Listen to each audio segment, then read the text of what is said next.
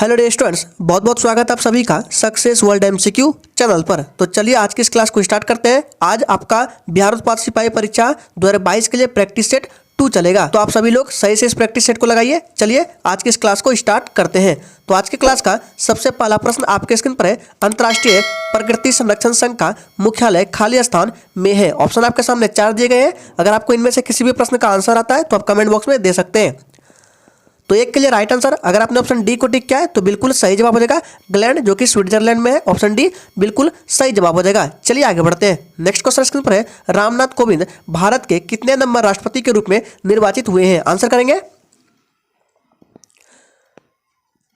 तो दूसरे का राइट आंसर, अगर आपने ऑप्शन डी को दिया है तो बिल्कुल सही जवाब है 14वें। ऑप्शन डी बिल्कुल सही जवाब हो जाएगा। चलिए आगे बढ़ते हैं और सेशन के लास्ट में अपना अपना स्कोर जरूर देंगे कि आपने 50 प्रश्नों में से कितने प्रश्न का सही जवाब किए हैं। तीसरा प्रश्न है, भारतीय संविधान का कौन सा अनुच्छेद राज्य सरकारों को ग्राम पंचायतों के गठन का निर्देशन देता है? मोस्ट इंपॉर्टेंट प्रश्न है। चलिए आंसर करेंगे।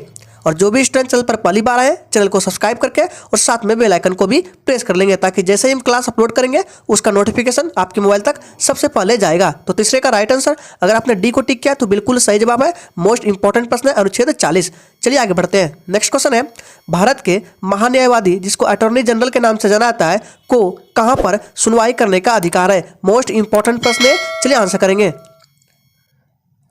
तो चौथे के लिए राइट आंसर, अगर आपने ऑप्शन ए को दिया है तो बिल्कुल सही जवाब है, भारत का कोई भी विधि न्यायालय में सुनवाई करने का अधिकार है। ऑप्शन ए बिल्कुल सही जवाब हो जाएगा। चलिए आगे बढ़ते हैं। नेक्स्ट क्वेश्चन स्क्रीन पर है, प्राचीन चोल साम्राज्य की राजधानी कहां पर थी? अगर आपने बिहार फार्मन के लिए फॉर्म फिल किया है तो उसकी क्लास हर रोज रात 8 बजे इस चैनल पर होती है, मॉक टेस्ट के रूप में हर रोज रात 8 बजे। अगर आप करना चाहते हैं तो लिंक नीचे वीडियो के डिस्क्रिप्शन बॉक्स में मिल जाएगा, जाकर आप मॉक टेस्ट लगा सकते हैं बिहार फार्मन के लिए। तो 5 का राइट आंसर, अगर आपने बी को दिया है तो बिल्कुल सही जवाब हो जाएगा उरायपुर। ऑप्शन बी बिल्कुल राइट आंसर है। नेक्स्ट क्वेश्चन स्क्रीन पर है, वह नदी जो कोरोमंडल तट पर डेल्टा का निर्माण नहीं करती है, कौन सी नदी है? सभी के सभी प्रश्न इंपॉर्टेंट और सिलेक्टेड लिए गए हैं, इसलिए सेशन में लास्ट तक बने रहिएगा। तो 6 के लिए राइट आंसर, अगर आपने डी को दिया है तो बिल्कुल सही जवाब हो जाएगा नर्मदा नदी। नेक्स्ट क्वेश्चन है, निम्नलिखित में से कौन सा भारत का जैव रिजर्व नहीं है? मोस्ट इंपॉर्टेंट प्रश्न और VVI है। चलिए आंसर करेंगे। तो 7 के लिए राइट आंसर, अगर आपने ऑप्शन नंबर बी को दिया है तो बिल्कुल सही जवाब है कोंकण, ये आपका भारत का जैव रिजर्व नहीं है। बाकी ये जो तीनों ऑप्शन है ये भारत का जैव रिजर्व है। चलिए आगे बढ़ते हैं। नेक्स्ट क्वेश्चन पर है, दक्षिण अमेरिका के शीतोष्ण घास स्थल को क्या कहते हैं? सवाना, पंपास, प्रेरीज या वेल्ड?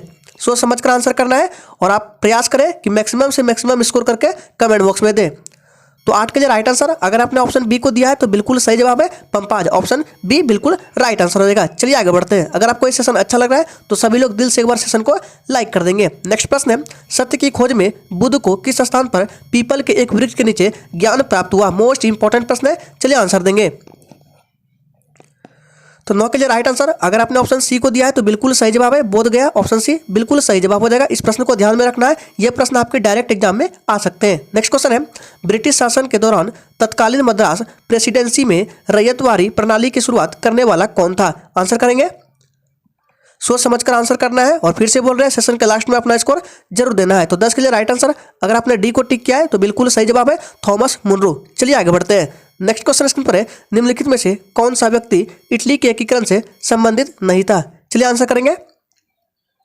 इससे पहले आपका एक प्रैक्टिस सेट हो चुका है, अगर आपने उस प्रैक्टिस सेट को नहीं लगाया है तो लगा सकते हैं, उसका भी लिंक आपको नीचे वीडियो के डिस्क्रिप्शन बॉक्स में मिल जाएगा। तो 11 के लिए राइट आंसर, अगर आपने डी को दिया है तो बिल्कुल सही जवाब हो जाएगा मुसोलिनी। ऑप्शन डी बिल्कुल राइट आंसर है। चलिए आगे बढ़ते हैं। नेक्स्ट क्वेश्चन स्क्रीन पर है, वृहत्तर ग्रेटर हिमालय का दूसरा नाम क्या है? आंसर करेंगे। तो 12 के लिए राइट आंसर क्या आ जाएगा? जी बिल्कुल 12 के लिए, अगर आपने बी को टिक किया तो बिल्कुल सही जवाब हो जाएगा हिमाद्री। याद रखिएगा, ग्रेटर हिमालय का दूसरा नाम क्या है? तो हिमाद्री है। ऑप्शन बी बिल्कुल सही जवाब है। नेक्स्ट क्वेश्चन स्क्रीन पर है, ज्वालामुखी के कप के आकार के मुख को क्या कहते हैं? आंसर करेंगे। सोच समझकर आंसर देना है। चलिए, तो 13 के लिए राइट आंसर, अगर आपने ऑप्शन नंबर डी को टिक किया तो बिल्कुल सही जवाब है क्रेटर। याद रखिएगा, ऑप्शन डी बिल्कुल सही जवाब है। नेक्स्ट क्वेश्चन है, दुग्धजनक हार्मोन का स्राव कहां पर होता है? आंसर करेंगे। तो 14 के लिए राइट आंसर क्या आ जाएगा? जी बिल्कुल 14 के लिए, अगर आपने ऑप्शन नंबर ए को दिया है तो बिल्कुल सही जवाब है पीयूष। ऑप्शन ए बिल्कुल सही जवाब हो जाएगा। चलिए आगे देखते हैं। नेक्स्ट क्वेश्चन स्क्रीन पर है, वह कौन सा जीव है जो वायु प्रदूषण को मॉनिटर करता है? आंसर करेंगे। अगर आपने अभी तक चैनल को सब्सक्राइब नहीं किया तो चैनल को सब्सक्राइब करके रख लेंगे, ताकि आपसे एक भी दिन क्लास छूटे ना।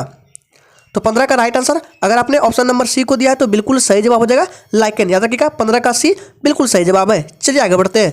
नेक्स्ट क्वेश्चन है, रक्त को थक्का बनने के लिए निम्न में से कौन से विटामिन की आवश्यकता होती है? विटामिन के, विटामिन डी, विटामिन बी या विटामिन सी? सोच समझ कर आंसर देना है।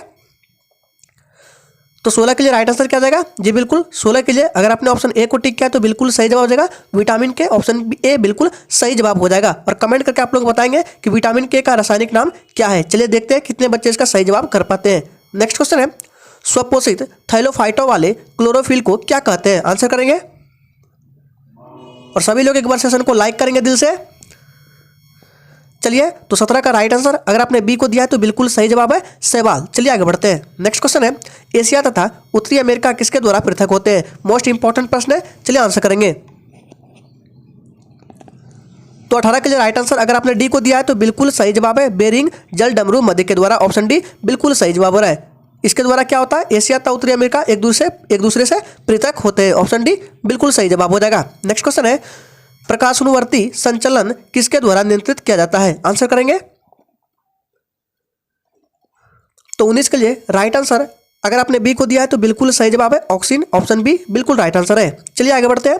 नेक्स्ट क्वेश्चन स्क्रीन पर है, निम्नलिखित में से कौन सा एक कार्बनिक जैव उर्वरक है? सोच समझकर आंसर देना है 20 के लिए। तो 20 का राइट आंसर अगर आपने ऑप्शन ए को टिक किया है तो बिल्कुल सही जवाब है वर्मी कंपोस्ट। ऑप्शन ए बिल्कुल राइट आंसर है। चलिए इसी के साथ आगे बढ़ते हैं। नेक्स्ट क्वेश्चन आपके स्क्रीन पर है, एक श्वेत तथा चिकनी सतह कैसी होती है? ऑप्शंस को सही से पढ़िए, थोड़ा सा एक्स्ट्रा टाइम देते हैं। चलिए बताएंगे।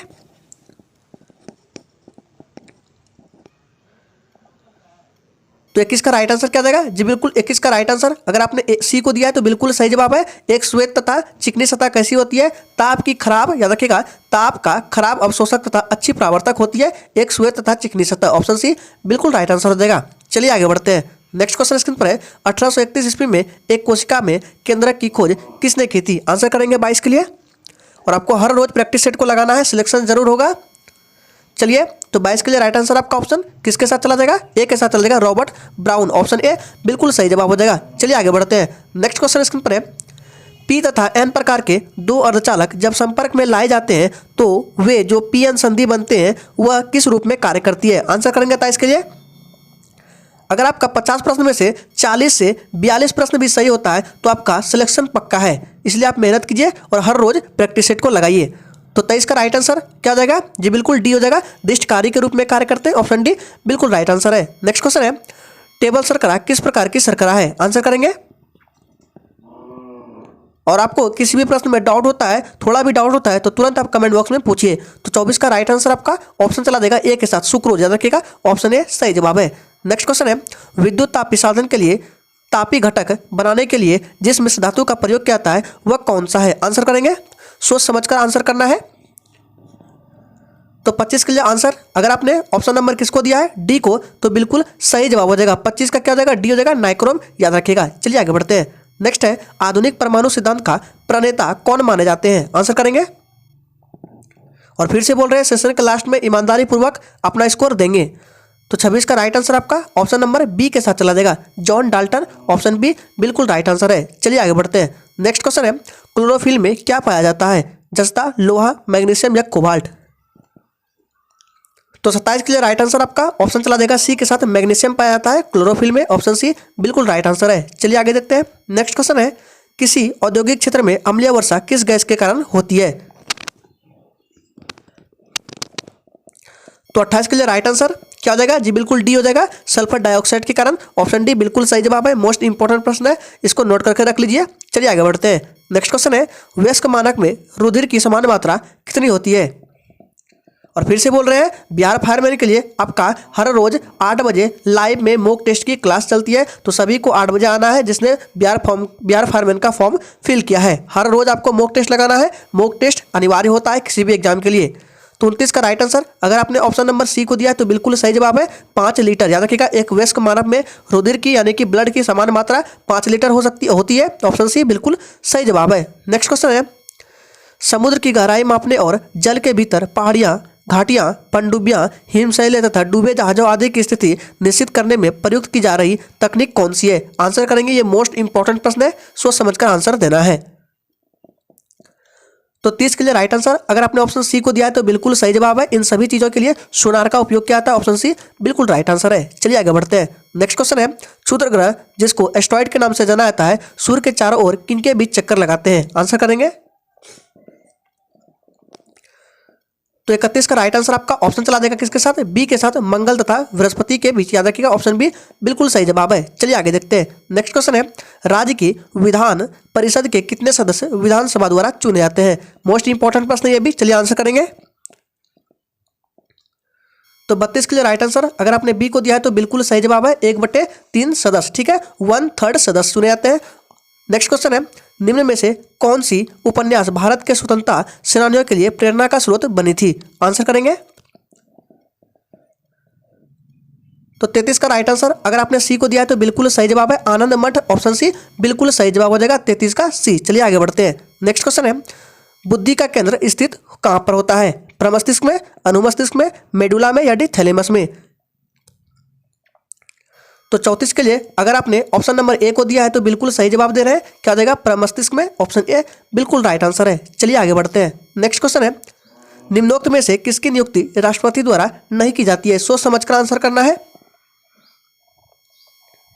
चलिए, तो 35 का राइट आंसर, अगर आपने ऑप्शन नंबर सी को दिया है तो बिल्कुल सही जवाब है, उपराष्ट्रपति, ठीक है, याद रखिएगा। और राष्ट्रपति द्वारा राज्यों के राज्यपाल की नियुक्ति करता है राष्ट्रपति। उच्च न्यायालयों के मुख्य एवं अन्य न्यायाधीश की भी नियुक्ति करता है। सर्वोच्च न्यायालय के मुख्य एवं अन्य न्यायाधीश की भी नियुक्ति करता है, लेकिन उपराष्ट्रपति की नियुक्ति नहीं करता है राष्ट्रपति। ऑप्शन सी बिल्कुल सही जवाब हो जाएगा। चलिए आगे बढ़ते हैं। नेक्स्ट क्वेश्चन है, कैल्शियम एल्यूमिनेट तथा कैल्शियम सिलिकेट का मिश्रण क्या कहलाता है? आंसर करेंगे।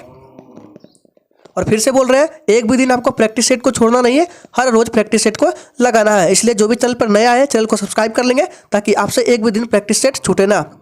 तो 36 का राइट आंसर आपका बी के साथ चला जाएगा, सीमेंट। याद रखिएगा ऑप्शन बी बिल्कुल सही जवाब है। चलिए आगे देखते हैं। नेक्स्ट क्वेश्चन आपके स्क्रीन पर है, दक्षिण भारत के निम्न राजनेताओं में से कौन ऐसा है जिसने फिल्मों में अभिनय नहीं किया है? आंसर करेंगे।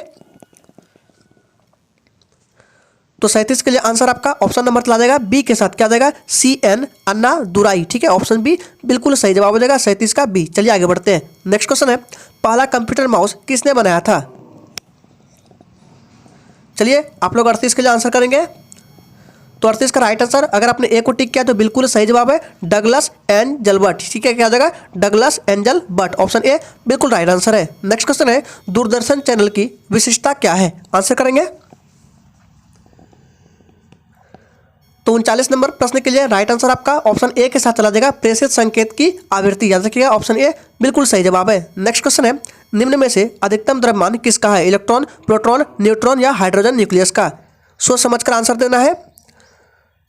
तो 40 नंबर प्रश्न के लिए अगर आपने ऑप्शन सी को दिया है तो बिल्कुल सही जवाब हो जाएगा, न्यूट्रॉन। याद रखिएगा न्यूट्रॉन की द्रव्यमान सबसे अधिक है इन चार ऑप्शन में से, ऑप्शन सी बिल्कुल सही जवाब है। नेक्स्ट क्वेश्चन है, जो ठोस उच्च ताप पर विद्युत का वहन करते हैं परंतु न्यून ताप पर नहीं कर पाते हैं, वो कौन से क्या कहलाते हैं? आंसर करेंगे। तो 41 के लिए अगर आपने ऑप्शन नंबर सी को दिया है तो बिल्कुल सही जवाब है, अर्धचालक, ऑप्शन सी बिल्कुल राइट आंसर है। चलिए आगे बढ़ते हैं। नेक्स्ट क्वेश्चन है, सोडियम कार्बोनेट समानतः जाना जाता है। तो 42 के लिए राइट आंसर आपका ऑप्शन बी के साथ चला जाएगा, सोडा से, ऑप्शन बी बिल्कुल राइट आंसर है। नेक्स्ट क्वेश्चन स्क्रीन पर है, प्रकाश संश्लेषण प्रक्रिया में परिवर्तन निहित है। आंसर करेंगे। प्रकाश संश्लेषण प्रक्रिया में क्या होता है? रासायनिक ऊर्जा का विकिरणीय ऊर्जा में परिवर्तन होता है, रासायनिक ऊर्जा का यांत्रिक ऊर्जा में, सौर ऊर्जा का रासायनिक ऊर्जा में या डी यांत्रिक ऊर्जा का सौर ऊर्जा में? सही से ऑप्शन को पढ़िए, आंसर करेंगे। तो 43 के लिए राइट आंसर, अगर आपने ऑप्शन सी को दिया है तो बिल्कुल सही जवाब है, सौर ऊर्जा का रासायनिक ऊर्जा में, ऑप्शन सी बिल्कुल राइट आंसर है। चलिए आगे बढ़ते हैं। नेक्स्ट क्वेश्चन है, किसी द्रव में एक कोलाइडी तंत्र एक द्रव में परिक्षेपित करने पर क्या कहलाता है? आंसर करेंगे। तो 44 के लिए राइट आंसर, अगर आपने ऑप्शन बी को दिया है तो बिल्कुल सही जवाब है, इमल्सन कहलाता है, ऑप्शन बी बिल्कुल राइट आंसर है। नेक्स्ट क्वेश्चन है, हिमनद का पिघलना सागर का जल स्तर बढ़ने से जुड़ी हुई एक समान घटना है, हिमनद अधिकतर पाए जाते हैं। आंसर करेंगे। क्वेश्चन मेन आपका यहाँ पर है कि हिमनद अधिकतर पाए जाते हैं ग्रीनलैंड में, दक्षिणी ध्रुव में, हिमालय में या डी उत्तरी ध्रुव में? सोच समझकर आंसर देना है। तो याद रखिएगा हिमनद जो अधिकतर पाए जाते हैं वे आपके उत्तरी ध्रुव में, ऑप्शन डी बिल्कुल राइट आंसर देगा, 45 का डी। चलिए आगे बढ़ते हैं। नेक्स्ट क्वेश्चन है, आनंद वन स्थापित करने के लिए कौन विख्यात है? तो 46 के लिए राइट आंसर। अगर आपने ऑप्शन नंबर किसको दिया है, सी को, तो बिल्कुल सही जवाब है बाबा आमटे, ऑप्शन सी बिल्कुल राइट आंसर है। नेक्स्ट क्वेश्चन है, किसी देश का विकास सामान्यतया निर्धारित किया जा सकता है। सही से ऑप्शंस को पढ़िए और आंसर करेंगे। अगर आपने अभी तक सेशन को लाइक नहीं किया है तो सभी लोग सेशन को लाइक कर देंगे, और जो भी चैनल पर नए हैं चैनल को सब्सक्राइब कर लेंगे। तो 47 का राइट आंसर डी के साथ चला जाएगा। याद रखिएगा, किसी देश का विकास सामान्यतः निर्धारित किया जाता है उसके प्रति व्यक्ति आय से, उसके औसत साक्षरता स्तर से और उनके लोगों के स्वास्थ्य स्तर से। ऑप्शन डी बिल्कुल सही जवाब हो जाएगा। नेक्स्ट क्वेश्चन है, एकमात्र अम्ल जो स्वर्ण को घोल देता है, कौन सा अम्ल है? चलिए, तो 48 के लिए राइट आंसर आपका ऑप्शन बी के साथ चला जाएगा, एक्वारेजिया, ऑप्शन बी बिल्कुल सही जवाब हो जाएगा। चलिए आगे बढ़ते हैं। नेक्स्ट क्वेश्चन है, भारतीय संविधान का अभिरक्षक कौन है? राइट आंसर है ऑप्शन बी, क्या जाएगा, भारत का मुख्य न्यायाधीश, ऑप्शन बी बिल्कुल सही जवाब है। चलिए आगे बढ़ते हैं। नेक्स्ट क्वेश्चन है, बल को परिभाषित करने वाला नियम कौन सा है? तो 50 का राइट आंसर आपका ऑप्शन चला जाएगा बी के साथ, क्या जाएगा, न्यूटन का पहला गति नियम, ऑप्शन बी बिल्कुल राइट आंसर हो जाएगा। याद रखिएगा, ये आज के सेशन का आखिरी प्रश्न था, तो उम्मीद करेंगे आपको ये सेशन अच्छा लगा होगा। चलिए फिर से मिलते हैं नेक्स्ट सेशन के साथ।